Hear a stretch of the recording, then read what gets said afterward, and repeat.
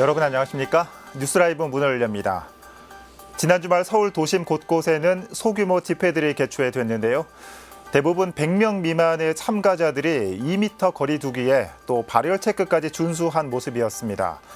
강남구에서는 비대면으로 자신이 원하는 지역에서 달리는 온택트 마라톤 대회가 개최됐는데 꼭 10개월 차에 접어든 코로나 시대, 일상의 모든 부분의 변화가 이제는 당연하게 느껴지고 있습니다. 10월 26일 뉴스라이브 지금부터 시작합니다.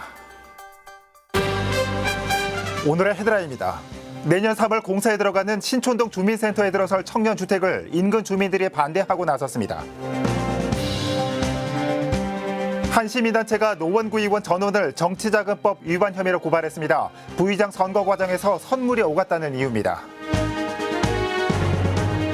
마포구 경의선 책거리 개장 4주년을 축하하는 책축제가 개최됐습니다. 온 오프라인에 책 전시와 조각, 작가와의 만남 등이 마련됐습니다. 송파구 거여동 지역의 과거와 현재를 보여주는 전시회가 열렸습니다. 80년대 후반 거여동의 모습과 재개발로 인한 변화를 한자리에서 볼 수 있습니다.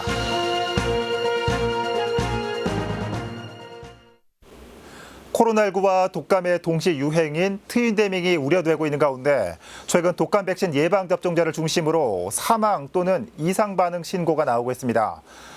하지만 질병관리청은 사망 사례가 독감 백신 예방 접종과의 인과성이 매우 낮다고 밝혔습니다. 관련해서 취재기자와 얘기 나눠보겠습니다. 이재용 기자. 네, 보도국입니다. 네, 독감 백신 예방 접종 이후 나온 사망이나 이상 신고 얼마나 됩니까? 네, 지난 16일부터 24일 오후 1시까지 집계된 독감 백신 예방 접종 후 사망한 사례는 총 45건입니다. 지역별로는 서울과 경남이 각각 6건으로 가장 많습니다. 이상 반응은 지난 23일까지 유료 접종자가 306건, 무료 접종자가 848건인데요.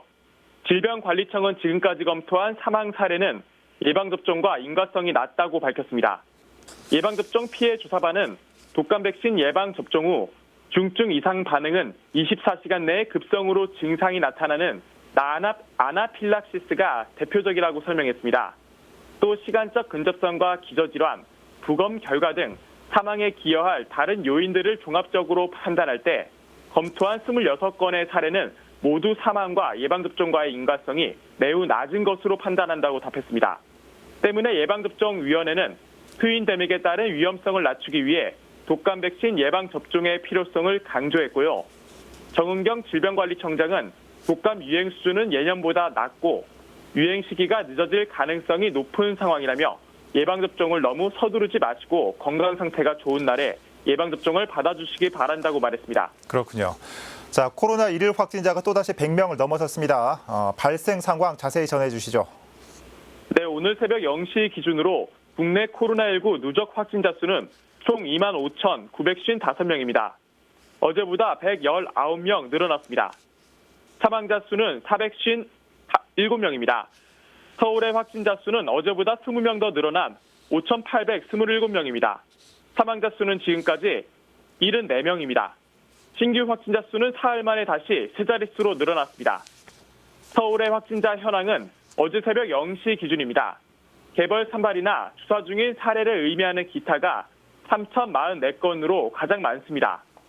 그 다음으로 경로 확인 중이 996건, 성북구 사랑제일교회 관련이 641건 등입니다. 지금까지 코로나19 소식 전해드렸습니다. 네, 이종 기자 수고했습니다. 코로나19 발생 상황 살펴봤습니다. 내년 3월 신촌동 주민센터 복합시설 착공을 앞두고 있는 가운데 주민들의 목소리를 듣는 공청회가 열렸습니다. 이 자리에서 주민들은 사업의 전면 수정과 더불어 공영주차장 주차면수 확대, 체육, 문화, 인프라 확보 등을 요구했습니다. 보도에 조성협 기자입니다. 267억 원을 들여 조성 예정인 신촌동 주민센터 복합시설.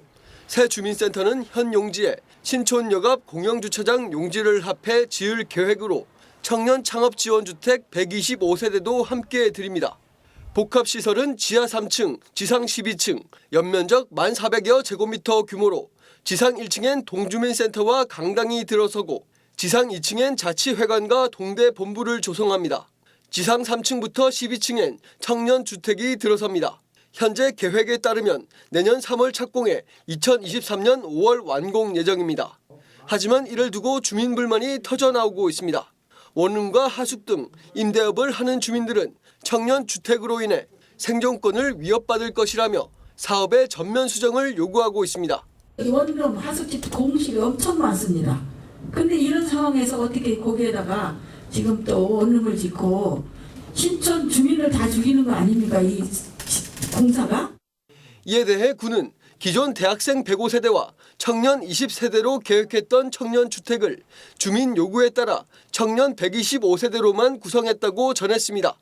그러면서 원룸과 하숙의 수요가 많은 대학생을 제외한 만큼 생계에 직접적인 타격은 적을 것이라고 설명했습니다. 구청 입장에서는 아무래도 이쪽에 있는 그 임대업자들에 대한 그 고충을 조금이라도 덜어드리기 위해서 상업을 하는 주민들은 복합시설 내 주차 면수가 기존 공영주차장보다 줄어들고 버스 전용 주차장도 사라진다며 지역 상권 활성화와 외국인 관광객 유치를 위해 주차 면수 확대와 버스 전용 주차장 확보를 요구했습니다.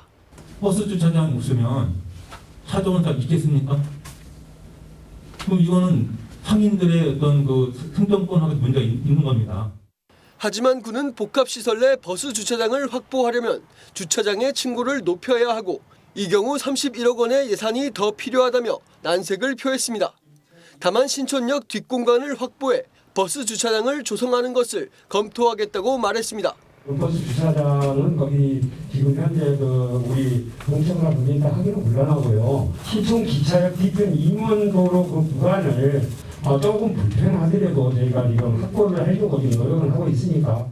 주민들은 또 주민센터 내 체육관과 수영장, 각종 문화시설 등 주민 여가 공간을 만들지 않는다며 청년주택의 세대수를 줄여서라도 조성해야 한다는 입장을 내놓았습니다. 인프라가 추가 확보되지 않는다면 청년주택의 세대수를 조금 줄여서라도 부족한 인프라가 확보되길 요구합니다. 이날 공청회에서 주민들은 구가 설명하는 대부분의 내용에 대해 부정적인 의견을 비췄습니다. 주민들은 공청회 이후에도 일방적인 행정이 진행될 경우 별도의 대책을 강구할 것이라 전했습니다. 딜라이브 서울경기 케이블TV 조성엽입니다. 노원구의회 구의원 전 의원이 정치자금법 위반 혐의로 시민단체로부터 고발당했습니다. 지난 6월 부의장 선거 과정에서 선물이 오갔다는 이유인데 당사자인 부의장은 해당 의혹을 전면 부인하고 있습니다. 이승준 기자의 보도입니다. 노원구 시민단체 노원 바로 세우기 주민연대가 주장하는 의혹은 이렇습니다. 지난 6월 노원구 의회 후반기 의장단 선거가 치러지기 전 부의장 후보 중 한 명이었던 국민의힘 변석주 의원이 자신을 뽑아달라는 대가로 과거 재직했던 H브랜드의 운동복을 제공하겠다고 했다는 것. 한 구의원과의 통화에서 이를 확인했다고 주장하고 있습니다. 당선되면 준다고 들으셨다면서요, 우리 네, 들었죠. 이거는 선거의 대가로 지금 막 돌린 거 아니에요. 당연하죠. 실제로 지난 6월 30일 의장단 선거가 끝난 이틀 뒤에 각 의원실에서 운동복이 배달됐습니다. 여야 의원들이 짬짬이로 서로 이렇게 예를 들어 부의장이니 의장이니 이런 거 단독 출마해갖고서 하고 또 그 대가로 고급 스포츠웨어도 막 서로 주고받고 하면서 지금까지 이렇게 하다 보니까 구정에 대한 1조 원이나 되는 이 노원구에 대해서 감시 감독이 안 된다는 거죠. 그래서 당사자인 변 의원은 선물 제공 의혹을 강하게 부인했습니다. 이미 오래전부터 운동복을 맞추자는 얘기가 꾸준히 있었다고 밝혔습니다. 오히려 선거 기간에 제공하면 문제가 생길까 봐 선거가 끝나고 전달했다는 입장입니다. 또한 돈이 오간 정당한 거래라고 말하며 거래 내역을 공개했습니다. 항상 우리 노원구 의회는 소수의 당의 부의장과 상임위원장을 하나 몫으로 주게 돼 있습니다. 저는 이미 그 몫에 부의장이라는 자리를 이미 저는 내정이 돼 있기 때문에 제가 무모하게 추징을 주면서까지 나를 뽑아달라고 할 이유가 없습니다. 한편 다른 구의원들도 혐의를 부인했습니다. 무상으로 받지 않고 돈을 주고 구입하거나 반납했다고 해명했습니다. 녹취 속 구의원 또한 개인적인 생각을 말했을 뿐인데 익명의 제보로 변질됐다며 실제 사실과는 다르다고 밝혔습니다. 현재 노원구 선거관리위원회는 이번 고발건에 대해 아무런 입장을 밝히지 않고 있습니다. 결국 수사 진행 여부에 따라 의혹이 검증될 전망입니다. 딜라이브 서울 경기 케이블 TV 이승준입니다.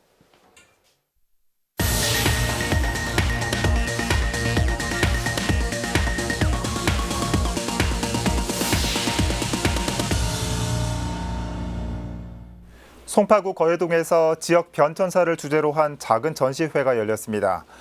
거여 재개발과 관련된 사료들을 통해 거여동의 과거와 오늘을 돌아보는 데 초점을 맞추었습니다. 보도에 박영탄 기자입니다. 빼곡하게 밀집한 정록색의 건물들. 허물어진 낡은 건물들은 집안 공사를 거쳐 아파트 단지가 밀집한 지역으로 탈바꿈합니다. 송파구 거여동 일대 재개발 과정을 담은 전시회가 열렸습니다. 청계천 복개공사로 대규모 이주민이 발생한 1950년대 서울 외곽 지역을 중심으로 정부 주도의 계획도시 조성 사업이 추진되면서 서울 동북부와 동남부 지역을 필두로 아파트와 주거용 건물이 들어서기 시작했습니다. 거여동의 경우 경기도 광주에서 서울 성동구, 강동구에 편입됐던 역사를 거쳐 1988년 송파구 신설과 함께 지금의 모습을 갖추게 됐습니다. 거여 2 재정비 촉진 사업으로 탄생한 새로운 주택단지의 관리사무소에 조성된 전시관엔 뉴타운 개념이 대두되기 시작한 2005년부터 지금의 모습으로 거여동이 변모하기까지의 과정을 담은 사진과 영상 자료가 한데 모였습니다. 송파구는 이번 전시를 통해 재개발과 재건축이 진행되는 지역의 역사적인 사료를 모으는 한편 송파구 발전상을 담은 전시회로 확대해 나갈 계획입니다. 대한민국의 건축 문화가 어떻게 변화가 되었는가를 알려면 그 몇십 년 전에 지었던 건축 재료라든지 주거 형태를 보게 되면 알 수가 있습니다. 건축 문화의 역사, 과거, 현재, 미래를 알 수 있는 그런 그 전시관이 되었으면 좋겠습니다. 잇따른 개발 사업 속에서 지역의 과거와 현재를 담기 위한 노력이 이어지고 있습니다. 딜라이브 서울 경기 케이블 TV 박영찬입니다. 독서의 계절 가을이 성큼 다가왔습니다. 마포구의 대표 명소인 경의선 책거리에서는 개장 4주년을 기념하는 책 축제가 열렸는데요. 코로나에 지친 마음을 달래줄 다양한 프로그램들이 마련됐습니다. 보도에 김동은 기자입니다. 개장 4주년을 맞은 경의선 책거리, 이를 기념하는 저자데이 책축제가 열렸습니다.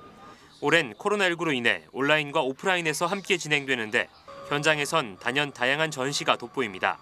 전 세계 29개국에 번역 출간된 마당을 나온 암탈글, 김환영, 윤예지 두 작가가 서로 다른 표현 방식으로 선보인 기획 전시가 백미, 또 유명 조각가 11명의 다양한 조각 전시는 코로나 블루로 지친 시민들에게 마음의 위안을 선사합니다. 지나가는 길에 우연히 들렸는데 이렇게 축제를 하고 있어서 한번 와봤는데요. 이렇게 꾸며져 있는 것도 좋고 또 오디오북이 있어가지고 저는 처음 접하게 됐는데 되게 좋았던 것 같아요. 온라인을 통해선 유명 작가와의 만남이 마련됐습니다. 마당을 나온 암탉, 출간 20주년 기념 저자 북토크와 이병률 시인, 정효울 작가도 유튜브 채널을 통해 만나볼 수 있습니다. 올해는 시공을 넘어 산책, 언택트라는 슬로건으로 코로나 블루에 지친 시민들에게 온라인, 오프라인 프로그램으로 풍성하게 참여하실 수 있는 다양한 행사들로 구성이 되어 있습니다. 1년 중 312일간 책과 관련된 콘텐츠가 펼쳐지는 경의선 책거리. 축제가 끝나도 다양한 프로그램을 산책하듯 만나볼 수 있습니다. 딜라이브 서울 경기 케이블 TV 김동은입니다. 지난 8월 성북구 장위동 사랑제일교회에서 수십 명의 코로나19 확진자가 발생하면서 전통시장을 비롯해 주변 상권이 초토화됐습니다. 이런 가운데 코로나 사태를 전화 위복의 기회로 삼자며 상인들이 자구책 마련에 나섰습니다. 박선화 기자의 보도입니다. 서울 사대문 전통시장 가운데 10손가락 안에 들 만큼 호황을 누렸던 장위 전통시장. 대형마트 등장과 경기 침체로 매출은 급락했습니다. 특히 지난 여름 시장과 인접한 사랑제일교회에서 다수의 확진자가 발생해 상권은 말 그대로 직격탄을 맞았습니다. 이대로 손 놓고 있을 수만은 없다고 느낀 상인들. 우선 방역과 소독에 자발적으로 나섰습니다. 시장 입구에서 모든 손님들을 대상으로 손소독과 발열 체크는 물론 상인들이 순번을 정해 매일 수차례 방역에 집중하고 있습니다. 8월 10월 8월 달부터 시작했죠. 힘들지만 어쩔 수 없죠. 이건 뭐 우리가 하는 건데. 우리 어차피 상인들을 위해서 하는 거고 여기 주민들을 위해서 하는 겁니다. 비대면 문화가 정착되고 있는 만큼 상인들은 전통시장도 바뀐 시대의 흐름을 따라야 한다고 말합니다. 이에 따라 장위 전통시장에선 스마트폰 어플을 활용한 배달 서비스를 시작했습니다. 가정에서 휴대폰 어플을 통해 상품을 주문하면 이를 확인한 상인이 상품을 준비하고 배달업체가 가정으로 배달하는 방식입니다. 전통시장이라는 것은 사람이 대면을 하고 사는 시장이지만은 이 상인들이 많이 변해야지 이 비대면으로 그래야 장사가 될 것 같습니다. 또 동절기가 가까워진 만큼 화재 경보 시스템 구축도 마쳤습니다. 시장 천장에 스프링클러 자동 소화 설비와 60개 모든 점포에 소화전과 화재 경보 장치를 설치했습니다. 가게에서 화재가 났을 때 감지해서 이제 911로 연락이 가면은 911에서 CCTV를 보고 화재다 그러면은 119, 112에 바로 전화를 해서 출동할 수 있도록 소방차 출동할 수 있는 그런 시스템을 만들어 놓은 거죠. 이런 상인들의 노력 덕에 시름하던 장유시장 상권은 회복돼 가고 있다는 것이 상인들의 이야기. 코로나19로 모두가 어려움에 빠진 요즘. 장유시장 상인들은 선제적 조치와 대응으로 난국을 이겨내고 있습니다. 들라이브 서울 경기 케이블 TV 박선아입니다. 일선 지자체마다 코로나19로 인해 민원인이나 민원 현장을 찾는 데 제약이 있습니다. 중구에서는 고질 민원과 수건 사업이 벌어지고 있는 지역에서 최소한의 대면 상황을 유지한 현장 민원실이 운영되고 있습니다. 지혁배 기자입니다. 구역 지정과 해제 이후 다시 추진되는 신당동 재개발과 지역 봉제업 활성화를 위한 대안을 묻습니다. 신당동에 있는 사람마저 만약 다른 데로 이주를 시킨다면 그냥 멀리 가면 가까운 데 가는 게 좋았었는데 그거 안 되지 않나요? 이제 주택 재개발은 아파트를 지으시고 또 인근에 요새권 활성화라든가 이런 이제 여러 가지 사업 방식을 통해서 별도로 이제 그 아파트형 공장을 계획하고 새로 짓는 공공복합청사 신당누리센터에 어르신을 위한 헬스장 설치를 요청합니다. 근데 기존에 있던 헬스장이 없어져서 많은 주민들이 아쉬워했는데 주민들이 저렴한 가격에 많이 이용했고 그래서 현 임시청사에 헬스장하고 목욕탕을 함께 짓는 거를 이제 검토하고 있는데 경찰 기동대 부지의 조속한 이전과 개발, 누리센터의 지역 주민 주차장 할인 문제도 논의됐습니다. 이달부터 매주 수요일 열리고 있는 구청장 현장 민원실입니다. 코로나19 상황에 따라 주민들에게 사전에 민원을 제안받고 구청장을 포함해 답변에 필요한 최소한의 구청 직원만 참석해 진행됩니다. 또 민원 현장이나 구청의 사업 현장을 직접 둘러보며 해법을 찾아봅니다. 하루에 한 동씩 찾아갑니다. 그 코로나 상황이 끝날 때까지 손 놓고 기다릴 게 아니라 주민들이 계신 곳으로 직접 가자. 주민들의 민원들 그리고 요청 사항들을 직접 대화하는 시간을 갖고 오후에는 현장 가서 그 문제를 푸는 시간들을 갖고 있습니다. 상업지역과 주택지역이 공존할 수 있는 그런 방안을 만드는 데 가장 역점을 두고 있습니다. 중구의 구청장 수요 현장 민원실은 내년 1월 27일까지 운영됩니다. 지역 실정에 맞는 장소를 정해 주민 10명 정도만 초청해 지역 현안을 집중 점검합니다. 들라이브 서울 경기 케이블 TV 지역배입니다. 1980년에 지어져 노후청사가 돼버린 중랑구 무기동 주민센터는 낡고 비좁아 주민들의 불편이 계속돼 왔습니다. 무기동 주민센터가 문화체육 복합시설로 다시 건설됩니다. 공사 기간 동안은 별도로 마련된 임시청사에서 동주민센터 업무가 진행됩니다. 천서연 기자입니다. 중랑구 무기동 주민센터입니다. 지어진 지 40년 가까이 된 노후청사입니다.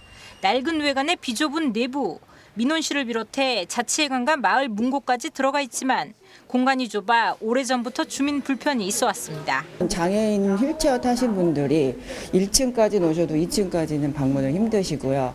예, 그리고 1층하고 2층하고 분리가 돼 있고 장소도 좁으니까 대기하시는 공간도 적고. 중랑구 무기동 주민센터가 복합센터로 만들어집니다. 주민센터 인근의 부지를 추가로 매입해 공간을 넓혀 문화체육 복합시설로 다시 만드는 겁니다. 들어서는 건물은 지하 2층, 지상 4층으로 연면적 3,500여 제곱미터 규모, 주민센터를 비롯해 도시재생지원센터와 자치회관이 들어서고 지상 2층부터 3개 층은 체육센터로 조성될 예정입니다. 특히 지상 4층은 층고를 높여 배드민턴을 비롯해 농구 경기 등도 가능하게 할 계획입니다. 도시재생센터 사무실이 들어가고 그다음에 우리 주민들께서 이용할 수 있는 생활체육시설이 들어갑니다. 3층, 4층에 다목적 생활체육시설이 들어가서 우리 주민들이 그 생활체육 즐기는데 굉장히 도움이 될 수 있는. 중랑구는 현재 청사 인근 부지에 대해 토지 보상을 진행하고 있는 상태입니다. 내년 착공에 들어가 1년 뒤 준공을 목표로 하고 있습니다. 한편 현재의 무기동 청사는 다음 달 27일까지만 운영됩니다. 향후 2년 동안은 별도로 마련된 임시청사에서 동주민센터 업무가 진행됩니다. 딜라이브 서울경기 케이블TV 천서연입니다. 광진구가 경매나 재해 등으로 주거위기 상황이 발생한 주민들을 위해 임시로 지낼 수 있는 광진 119 주택을 마련했습니다. 이번에 개소한 광진 119 주택은 구의 2동과 구의 3동에 각각 위치해 있고 한국토지주택공사의 매입 임대주택을 무상으로 공급받아 조성되었습니다. 방과 거실 그리고 화장실로 구성돼 있고 냉장고와 세탁기 등 가전제품이 비치돼 있습니다. 주거를 상실한 저소득 가정이 이용 가능하며 최대 1년까지 무상으로 거주가 가능합니다. 종로구는 깨끗한 도시 환경을 만들기 위해 종로구 폐기물 관리조례 조문 일부를 개정했습니다. 이번에 개정된 청결 명령 의무 이행 제도에는 사유지에 방치된 폐기물을 소유주가 직접 처분하지 않으면 과태료를 부과하는 항목을 추가했습니다. 이에 따라 1차 위반 시 30만 원, 2차 70만 원, 3차 위반 시에는 100만 원의 과태료가 부과됩니다. 또 부피가 커서 운반이 힘들었던 100리터 종량제 봉투를 대체할 수 있는 75리터 규격을 신설했습니다.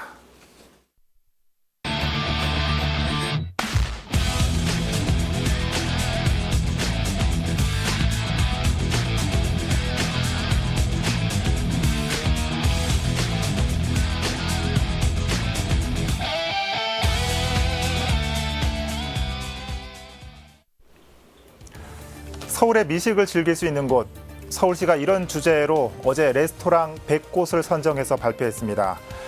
사진을 보니까 음식 사진도 정갈하고 또 한식과 양식 등 그 분야도 다양합니다.